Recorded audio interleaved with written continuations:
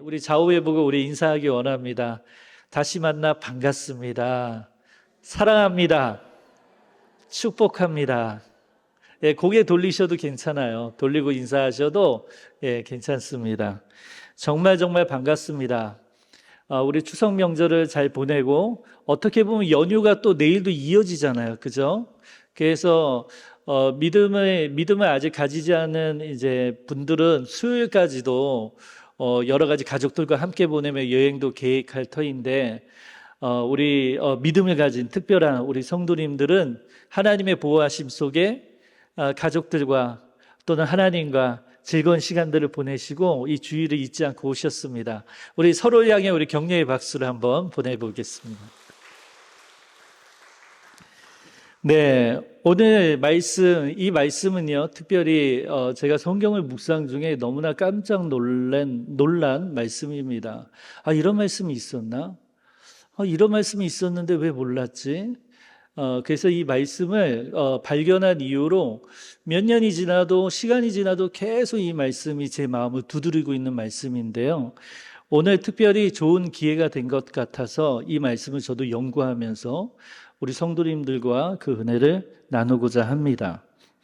자녀를 두고 있는 이 땅의 부모들에게 있어서 가장 큰 관심은 무엇일까요? 가장 큰 관심은 바로 자녀이죠. 자녀입니다. 심지어 자녀를 두고 있지 않은 부부도 자녀를 꿈꿉니다. 자녀를 가질 것을 꿈꿔요. 그리고 자녀를 위해서 벌써부터 생각을 합니다. 이름부터 미리 지어놓는 부모들도 있지 않습니까?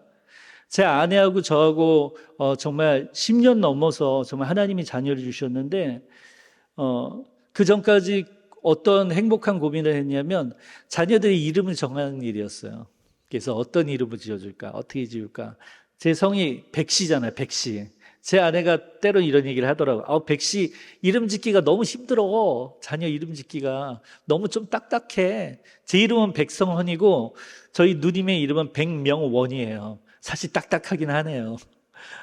그런 마음도 들었습니다. 그래서 제 아내하고 생각하면서 우리 아이들의 이름만큼은 좀 부드럽게 짓자.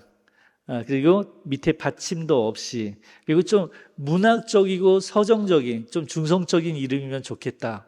자녀가 태어나지도 않았는데요. 그리고 특별히 이 가정에는 10년 동안 자녀가 없었는데 이런 고민을 했다니까요.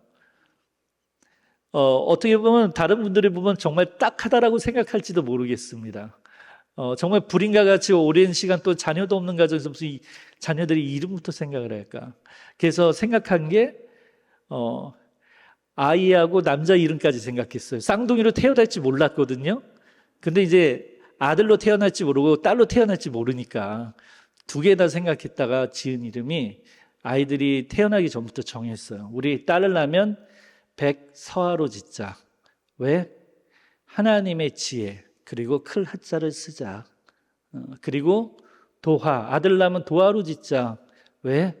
하나님의 기쁨, 클 하자를 써서. 여기서 이제 하자 돌림 쓰나 생각할 텐데 아니요, 전혀 아닙니다. 하자 돌림 쓰지 않고요. 그냥 그 이름의 어감이 너무 좋아서 서하 도하, 도하 서하 하면은 사람들이 부르기도 참 편할 것 같고, 그리고 그 의미도 참 좋겠다. 그래서 우리 자녀들이 이름을 지었어요. 자녀를 사랑하지 않는 부모는 이 땅에 아무도 없습니다.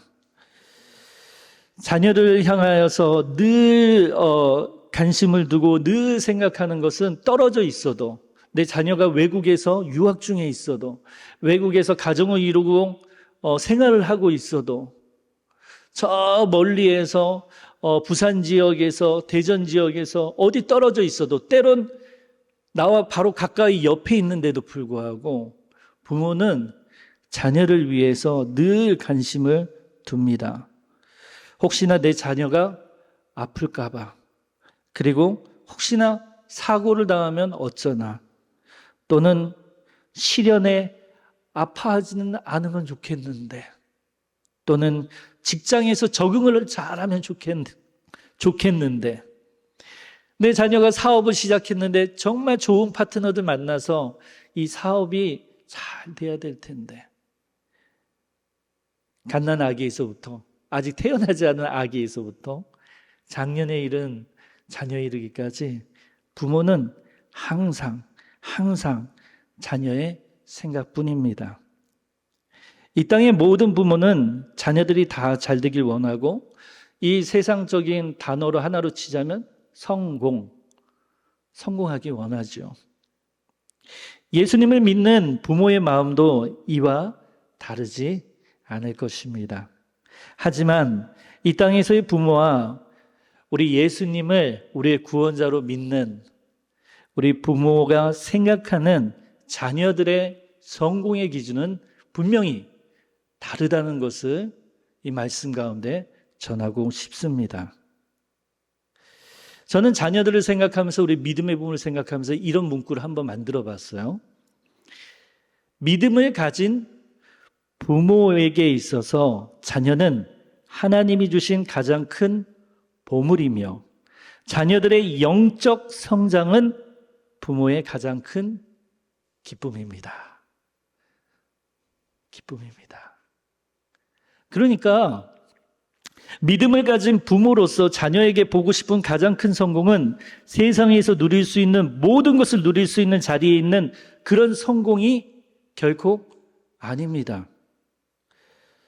믿음의 부모는 오직 내 자녀들이 온전한 믿음을 가지고 영적 성장을 이루는 모습을 보는 것이 가장 큰 기쁨이 되어야 합니다. 누군가는 이런 말을 했어요. 내 자식을 바라볼 때 가장 두려운 게 뭐냐? 예수님 믿지 않고 세상에서 성공하는 것입니다.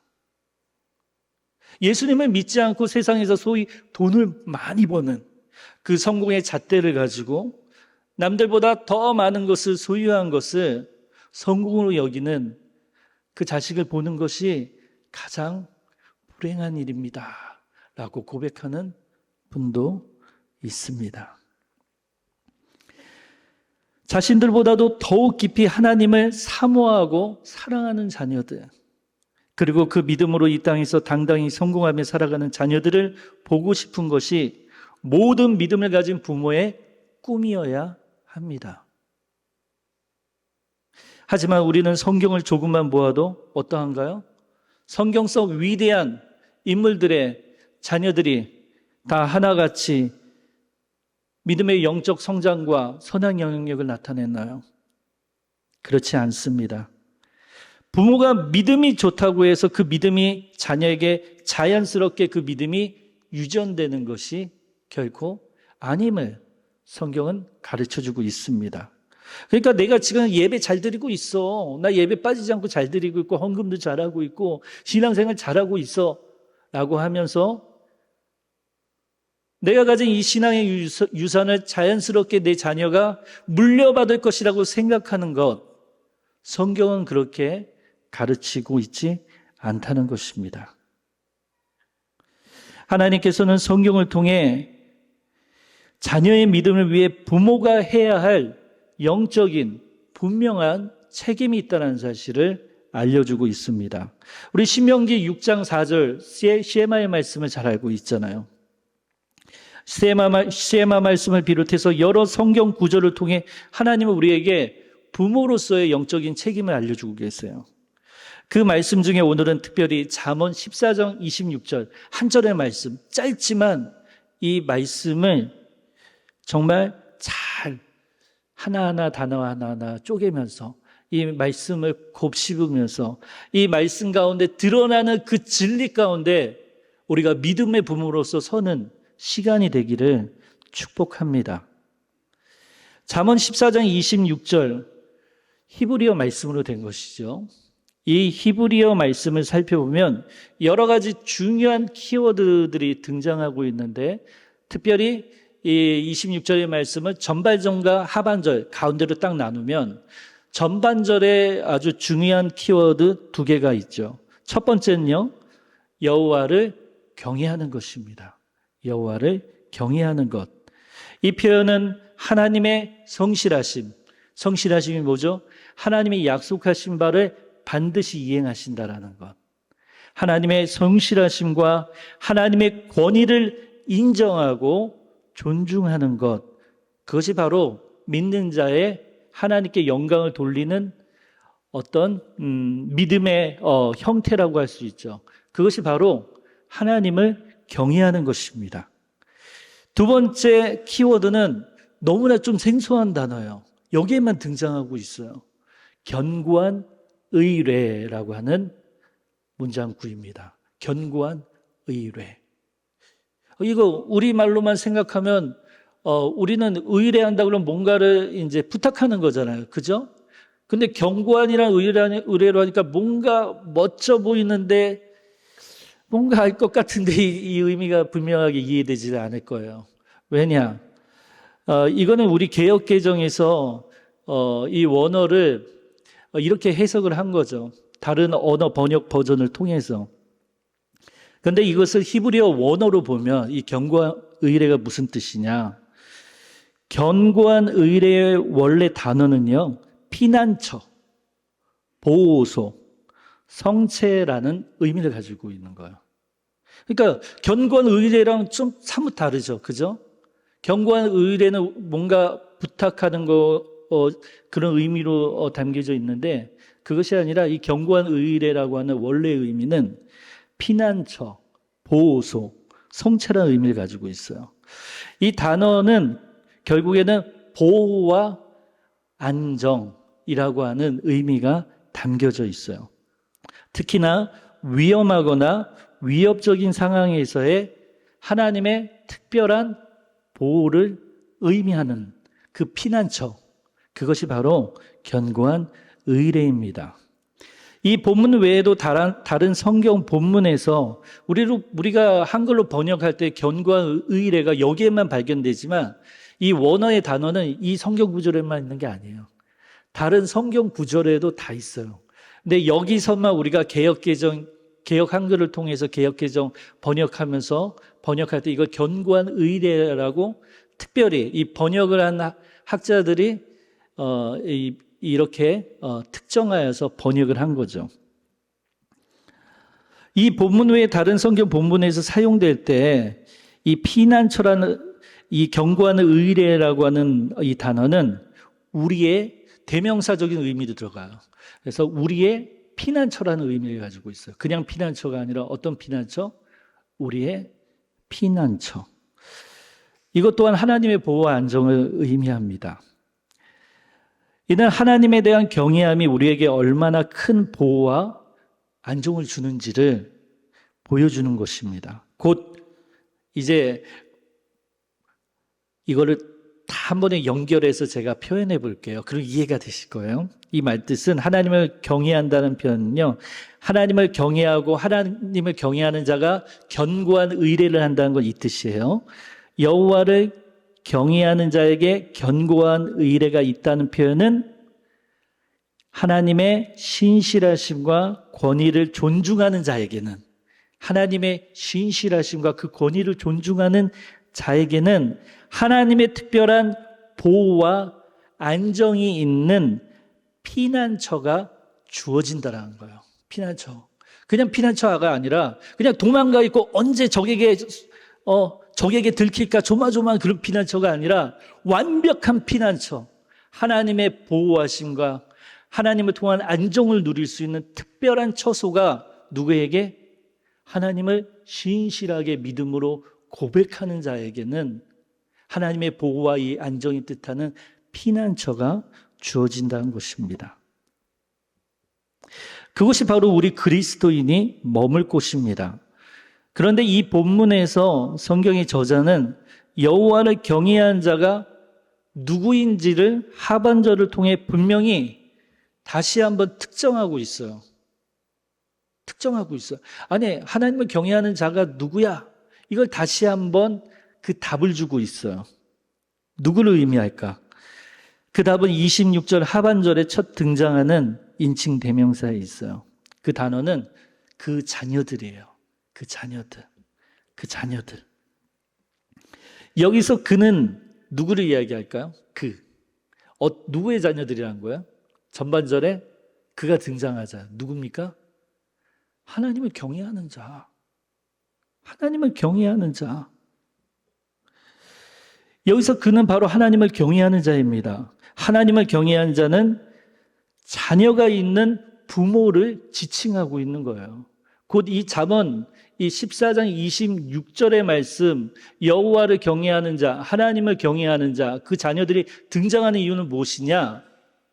이 부모가 누구인지 그 실체를 드러내는 데 있는 거예요. 포커스가.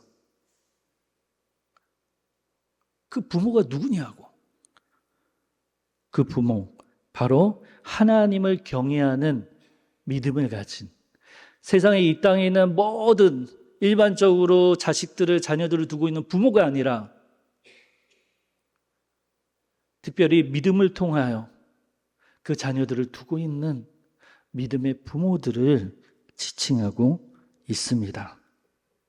잠언 14장 26절의 말씀은 이 믿음의 부모에게 포커스를 맞추고 이 부모를 통하여서, 하반절을 통하여 그 자녀들에게 어떤 축복이 있는지, 어떤 선한 영향력이 나타나는지를 강조하고 있는 거야. 이제 하반절을 더 살펴보죠. 하반절에 피난처라고 하는 단어가 등장하네요. 여기서 피난처의 의미는 보호 안정이라고 하는 앞에 여호와를 경외하는 자의 피난처와 거의 동일한 의미를 쓰고 있어요. 거의라는 말은 뭐예요? 차이점도 다른 점이 있다는 거예요. 아주 중요한. 그것에 대해서 나누고자 해요. 전반절의 견고한 의뢰로 번역한 피난처는 특히 견고한 믿음과 신뢰의 상징의 의미로서의 피난처를 의미하고 있죠. 그리고 하반절에 있는 피난처는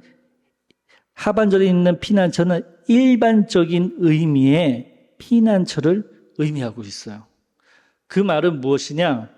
전반절에 있는 피난처와 하반절에 있는 피난처, 우리 전반절에 번역할 때는 견고한 의뢰로 되고 있지만 원래 의미는 피난처라고 그랬잖아요. 그죠?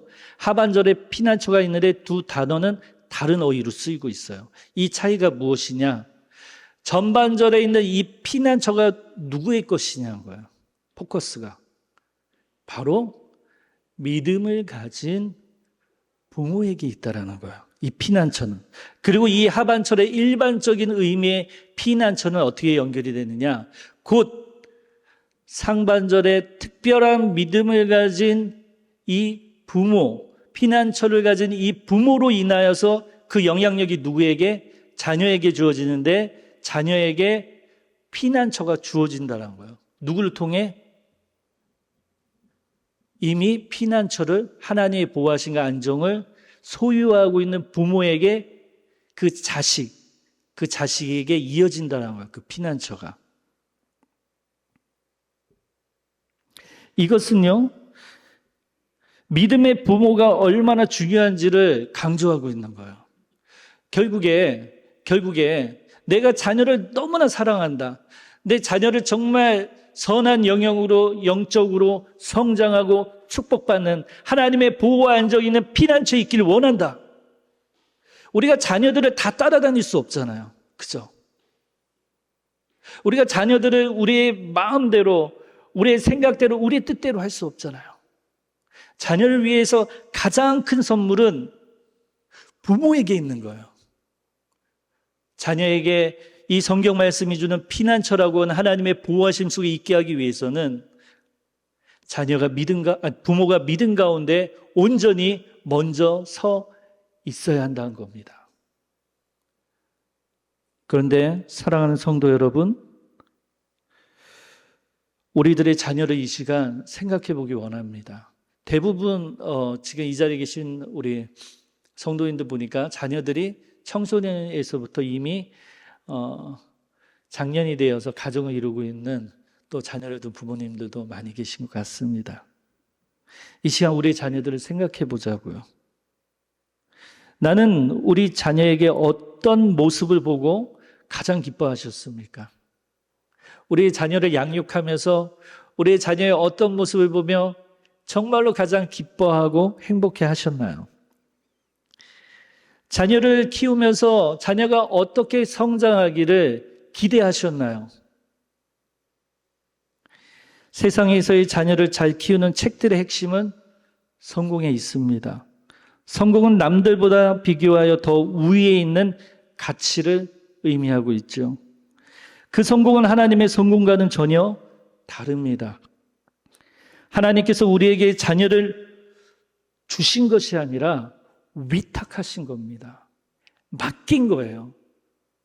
자녀는 우리의 것이 아닙니다. 하나님의 것입니다. 하나님의 자녀로서 우리에게 잠시 위탁하신 것이죠. 위탁한 그 자녀가 하나님의 자녀로서 영적으로 온전히 성장하여 하나님의 선한 일을 나보다도 더 헌신하며 봉사하며 기뻐하며 그 일을 애쓰는 모습을 통해서 그런 모습을 기대하며 자녀를 양육하였나요? 아니면 세상에서의 가치의 기준인 그 성공과 거의 비슷한 의미로 그런 의미의 성공을 자녀들에게 기대하셨나요? 위대한 링컨 대통령의 어머니는 생전에 어린 두 자녀에게 이런 말씀을 하셨습니다. 부자나 위인이 되기보다 성경 읽는 것을 즐기는 사람이 되라. 부자나 위인이 되기보다 성경 읽는 것을 즐기는 사람이 되라. 링컨의 자서전을 읽은 사람들이 너무 많아요. 그죠? 왜냐하면 미국의 미합중국의 위대한 대통령이 손꼽히는 사람은 링컨이잖아요. 그죠? 모든 사람들이 읽어요. 그런데 아브라함 링컨의 그 삶을 통하여서 어떤 시각으로 그 어머니를 주목하느냐는 달라요. 세상의 기준으로 봤을 때 아브라함 링컨의 어머니는 대통령을 키운 세상에서 성공시킨 위대한 어머니예요. 믿음의 부모에게 있어서 아브라함 링컨의 성공은 어디에 있습니까? 믿음의 어머니가 있었기에. 하나님을 피난처로 두고 하나님을 절대적으로 신뢰하며 하나님을 경외하며 나에게 준 자녀를 나의 것으로 여기지 않고 하나님의 자녀로 위탁된 것을 알고 내 자녀가 대통령이 되는 것이 꿈이 아니라 내 자녀가 성경을 읽는 한 명의 선한 그리스도인으로 성장하길 바라는 믿음의 어머니입니다. 우리는 세상 사람들과 동일하게 세상 속에서 발을 담그고 살아갑니다. 세상은 부모라고 언급할 때 믿는 부모와 세상의 부모를 구분하지 않습니다. 그러다 보면 우리는 망각하고 자녀들을 키울 수 있어요. 어떻게 키웁니까? 세속적인 성공의 자녀들을 채찍질하며 자녀들의 그런 성공을 기대하며 자녀들을 통하여 무엇인가 누릴 것을 기대하며 세상의 부모와는 별반 다르지 않은 기준으로 살아갈 수도 있어요. 하지만 세상의 부모는 자녀를 나의 소유로 여기죠. 나의 것으로 여기죠. 우린 시작 출발부터 다릅니다. 저의 사랑하는 아들 도아는요, 제 사랑하는 딸 서아는요, 저의 것이 아닙니다. 제 아내의 것도 아니고요. 하나님의 아들, 딸입니다. 하나님이 잠시 머물러 있으라고 위탁하신 거예요. 하지만 이 자녀들을 너무나 사랑하기 때문에 예수님의 그 십자가를 통하여서 예수님이 우리에게 가르쳐 주신 사실, 하나님이 우리 아버지 되시고 아버지 되신 하나님이 예수 그리스도 그 보혈의 피를 통하여 얼마나 부모로서 자녀 우리를 사랑하셨는지를 진하게 보여주셨듯이 믿는 부모가 영적으로 성장하기 원합니다. 자녀들을 온전히 양육하기 위해 다 큰 장년이 된 자녀에 이르기까지 자녀에게 정말 세상에 안정이 되고 세상에 보호받을 수 있는 하나님의 보호하심에 머물러 있을수록 자신을 하나님 앞에 드리는 믿음의 부모. 나는 지금 어디에 서 있습니까? 에베소서 6장 4절의 말씀. 또 아비들아 너희 자녀를 노엽게 하지 말고 오직 주의 교훈과 훈계로 양육하라. 양육하라. 오직 무엇으로요? 주의 교훈과 훈계로 양육하라. 믿음의 부모는 자녀를 믿음으로 양육하기 위해 무엇보다 먼저 믿음의 훈련을 받아야 합니다.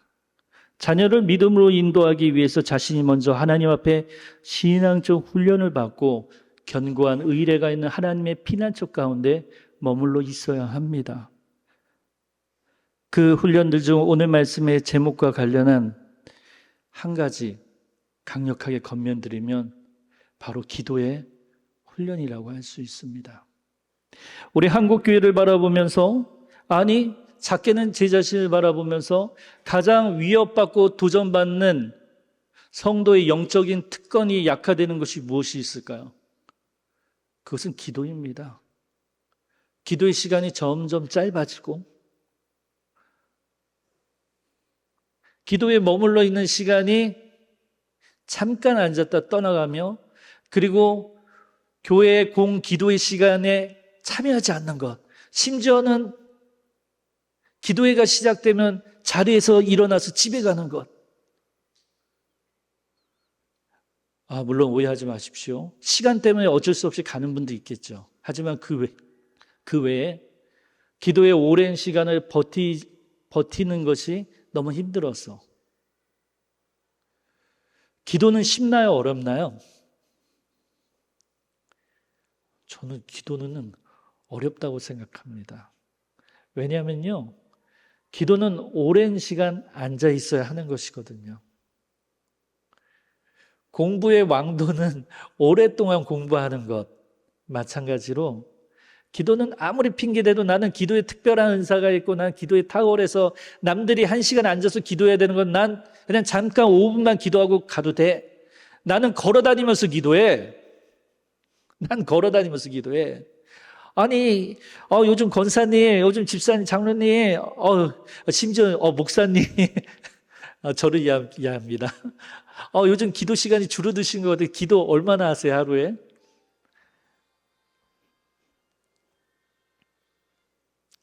우리가 알고 있죠.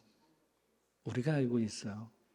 기도의 자리에 강력하게 서 있어야 합니다. 기도의 자리에 서 있어야 하나님의 말씀의 자리에 서 있고 그 하나님의 말씀으로 도전받고 오랫동안 기도할 수 있어요.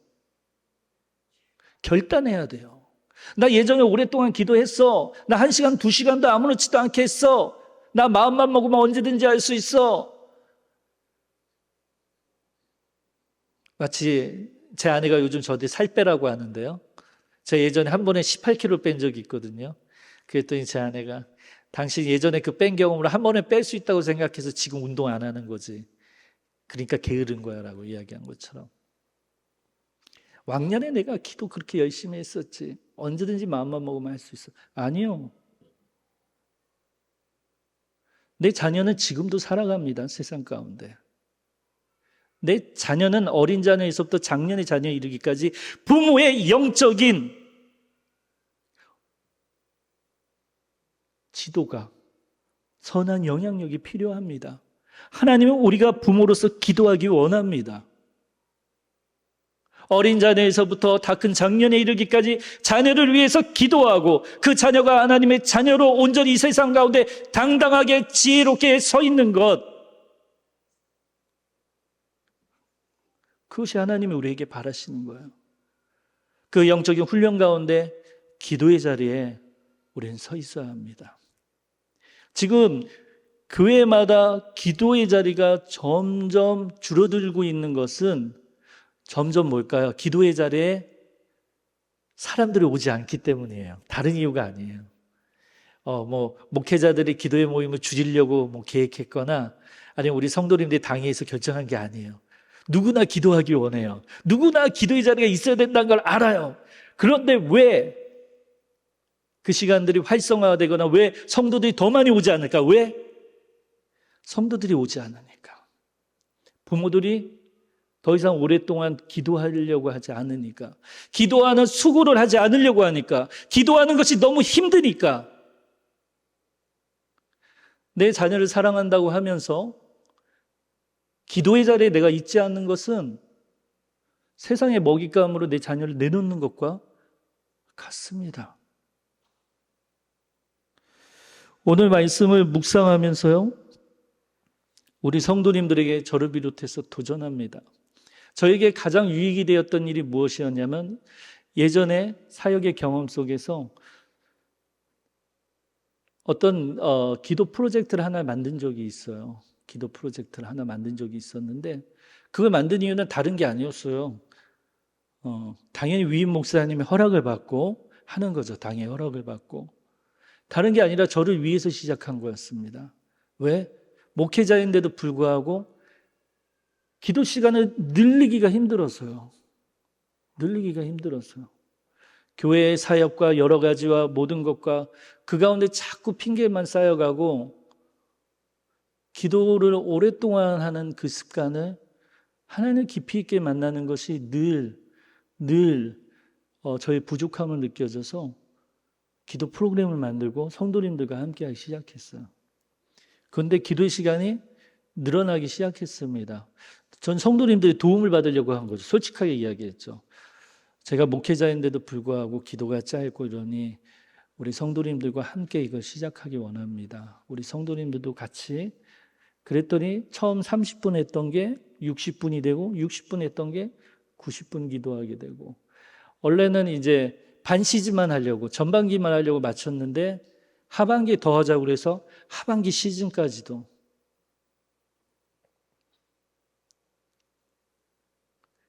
그때 저는 하나 깨달았죠. 기도에 실패는 있다 없다? 없구나. 기도에 실패는 없구나. 기도는 하나님이 기뻐하시는 것이다. 하나님이 기뻐하시는 거고 우리가 있어야 할 자리이다.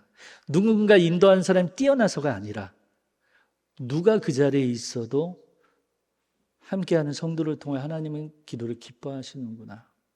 사랑하는 성도 여러분, 오늘 말씀의 포커스는 부모에게 있고, 그리고 부모는 훈련받아야 되고, 부모는 특별히 자녀를 사랑하기 때문에 위탁받은 부모를 하나님의 안정적이고 하나님이 보호하시는 그 피난처 속에 있으려면 내가 먼저 피난처 가운데 있어야 된다는 것을 강조하고 있습니다. 내 자녀가 영적인 길로 잘못 가거나 뭐하거나 그건 그 자녀의 책임으로 둘 것이 아니라 믿음의 부모인 내가 내 믿음이 자연스럽게 자녀에게 유전될 것이라고 하는 그 교만한 마음이 때문이 아니었는지 우리는 곱씹어 봐야 합니다. 그리고 내가 이 영적인 훈련 가운데 서고 특별히 기도의 자리 가운데 서야 한다는 것이 오늘 말씀에 우리에게 주어진 하나님의 뜻입니다. 이제 어머니 기도회가 10월 17일 날 시작해요. 오전 10시 반에 시작을 합니다. 많은 사람을 기대하지 않아요. 왜냐하면 성도님들이, 기도하는 성도님이 점점 줄어들고 있기 때문에 20명 정도를 맥시멈으로 생각하고, 그리고 정말 자녀를 사랑하는 믿음의 부모들, 억지로 와서 기도하는 게 아니라 진짜 아까 위임 목사님도 강구했지만 소박하게, 반주자도 없어요. 반주자도 없고 싱어팀도 없고 어떤 중보기도팀, 우리 신노미 권사님을 비롯해서 스태프들이 우리 중보기도팀이 기도로 도울 것이지만 스텝을 따로 두지도 않아요. 왜? 기도하자는 거예요. 온 사람은 누구나 기도하자고요. 집중하자고요. 어떤 화려한 무엇인가 준비되어 있지 않지만 성령님을 의지해서 오직 자녀를 사랑하고 자녀를 사랑하여 기도 가운데 내 자신을 드리기 원하는, 하나님을 경외하는 믿음의 어머니들을 초청하는 겁니다. 그리고 함께 역사를 만들어 가자고요. 그 부흥을 일구자고요. 물론 그 자리에 시간적으로 못 오실 수 있어요. 하지만 그 자리에 못 오더라도 오늘 말씀을 통해서 기도의 어머니로서, 기도의 아버지로서 도전받기 원합니다. 오늘 집에 돌아가셔서 골방에 들어가셔서 일정한 시간을 두고 자녀를 위해서 무릎을 꿇고 기도하며 하나님 앞에 서 있는 믿음의 부모가 되시기를 저를 비롯해서 축복합니다. 마지막 탄원의 시를 하나 제가 지어봤는데요. 같이 한번 읽어볼까요? 시작. 하늘의 아버지여, 우리가 부모로서의 책임을 인식하게 하소서. 우리가 자녀를 위해 기도하는 부모로 만들어 주소서. 우리의 믿음이 자녀에게도 전해지도록 도와주소서. 자녀들이 믿음의 씨앗을 받아 영적으로 성장하게 하소서. 우리의 기도가 그들의 삶에 튼튼한 기반을 마련해 주길 바라오며 자녀들의 믿음으로 세상을 밝게 비추는 빛이 되게 하소서. 우리의 기도와 믿음이 그들에게 영원한 피난처가 되게 하소서. 이 모든 것 예수님의 이름으로 기도드립니다. 아멘. 기도하겠습니다. 하나님 아버지, 오늘 말씀을 통해 하나님, 우리가 세상의 일반적인 부모가 아니요 믿음의 부모로서 하나님 아버지 앞에 그 역할과 책임이 있음을 보았습니다. 내 자녀를 사랑하여 내 자녀의 피난처를 위하여 하나님 아버지 앞에 정말 하나님을 경외하는 삶, 특별히 기도 가운데 하나님 앞에 깊이 있게 나아가는 믿음의 부모가 되어지길 소망합니다. 우리 영적으로서 부모로서 성장하는데 우리를 맡고 있는 모든 사단 마귀의 악한 것들 다 하나님 아버지 무너지게 하여 주시고 장벽들 무너지게 하여 주시고 오직 하나님과 가까이 믿음의 부모로서 자녀들을 위해서 기도하는, 무릎으로 기도하는 부모가 되게 하여 주옵소서. 이 모든 말씀 예수 그리스도의 이름으로 기도합니다. 아멘.